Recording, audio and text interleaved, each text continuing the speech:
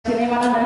belum ada yang mana besok ada tahu tahu sih kalau dari kan mana bini kok ada orang bini ada tahu orang itu ada tahu tahu Hãy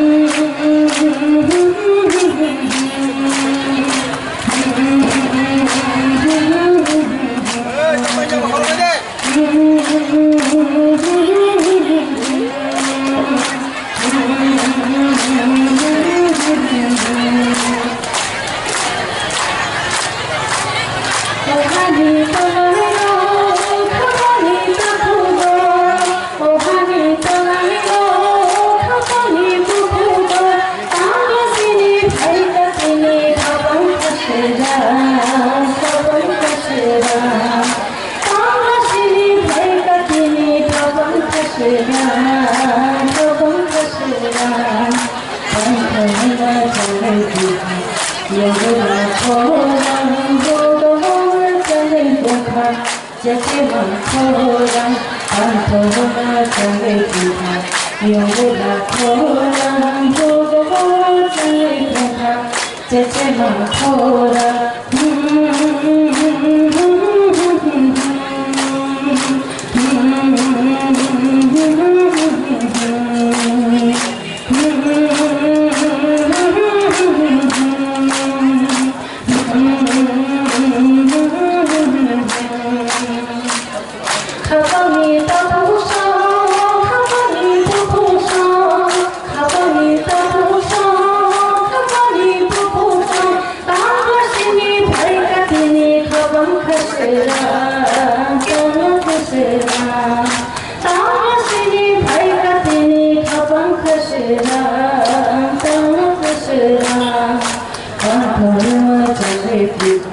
Ghiền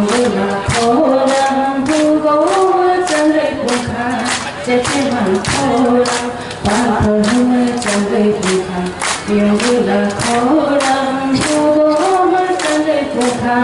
để không bỏ lỡ những video hấp dẫn.